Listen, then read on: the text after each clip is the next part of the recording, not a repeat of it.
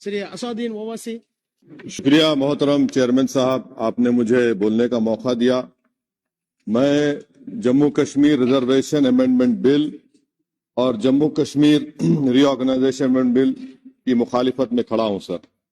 یہ دونوں بل ہمارے آئین کے خلاف ہیں، اور دوسرا جو بل ہے سر جموں کشمیر ری آرگنائزیشن امینڈمنٹ بل، یہ نہ صرف ہمارے آئین کے خلاف ہے بلکہ ریپرزنٹیشن آف پیپل ایکٹ 1952 کے بھی خلاف ہے.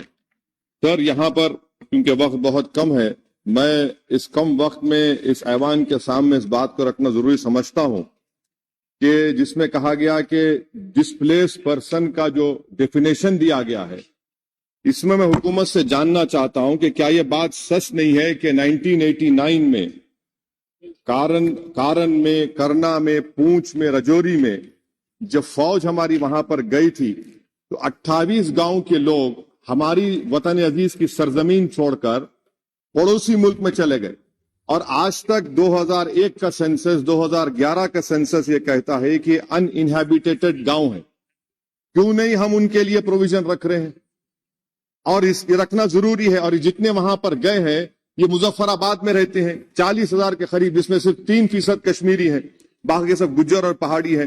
انہوں نے ہماری فوج کو زمین دی اور آپ ان کو بھول رہے ہیں، اور صرف انہی لوگوں کے لیے پروویژن رکھ رہے ہیں جو ان کو آپ نظر انداز کر رہے ہیں. دوسری بات یہ ہے سر کہ آپ نامینیشن کریں گے، نامزد کریں گے. کون نامزد کرے گا؟ ایک عوام کی منتخب شدہ حکومت کی سفارش پر ایل جی نامینیٹ کرے گا، نامزد کرے گا، یا پھر دلی سے نامزد کریں گے؟ تو آپ یہاں سے کنٹرول کر رہے ہیں. یہ تو آئین کے خلاف ہے. آپ تو جمہوریت کو سبورٹ کر رہے ہیں، عوام کا جو مینڈیٹ ہے، فیصلہ سبورٹ کرنے کی کوشش کر رہے ہیں. اور تیسری بات سر میں یہ جاننا چاہ رہا ہوں کہ آخر کیا وجہ ہے کہ آپ یہ ریزرویشن کیوں کرنا چاہ رہے ہیں کشمیری پنڈت کے لیے؟ نام تو لیجئے کشمیری پنڈت کا آپ. اور اگر آپ یہ کرنا چاہ رہے ہیں تو بتائیے سیکیورٹی تھریٹ کشمیر میں ہے یا نہیں ہے؟ آپ کہتے ہیں کہ کوئی سیکیورٹی تھریٹ نہیں ہے. جب سیکیورٹی تھریٹ نہیں ہے تو پھر آپ نامینیشن کیوں کرنا چاہ رہے ہیں؟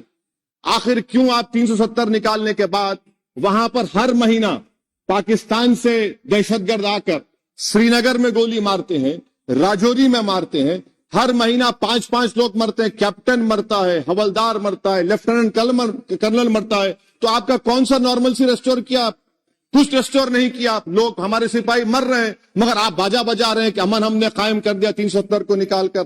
سر جموں کے ڈوگرا لوگوں کا بہت بڑا نقصان آپ نے کر دیا. 112 رائس مل تھے، اب صرف 6 رائس مل بچے ہوئے ہیں. بتائیے آپ نے کون سا بڑا تیر مار دیا 370 نکال کر. پورا پنجاب سے لوگ آ کر جموں کو ٹیک اوور کر رہے ہیں. وہاں کا پولیٹیکل اکویبر آپ نے ڈسٹرب کر کے رکھ دیا. چیمبر آف کامرس کے روز لوگ رہے، سیکریٹریٹ آپ منتقل کرتے تھے ابھی ونٹر میں، پورا جموں کی انڈسٹری کو آپ نے برباد کر دیا، پورے ہوٹل خالی ہیں. تو اور آخری بات سر میں حکومت سے جاننا چاہ رہا ہوں کہ ایک آپ کے انڈسٹریل اسٹیٹ میں ایک کمرہ آپ نے بنایا ہے کیا؟ بتائیے بھائی. امبانی صاحب ہے، اڈانی صاحب ہے، ٹاٹا صاحب ہے، سب ہیں. آپ نے ایک کمرہ نہیں بنایا وہاں پر. MOUs تو کروڑ روپیہ کے ہو گئے. آپ نے خواب تو اتنے دکھائے مگر وہ بیچارے وہ خواب تو پورے نہیں ہوتے کشمیر کے لوگوں کے لیے.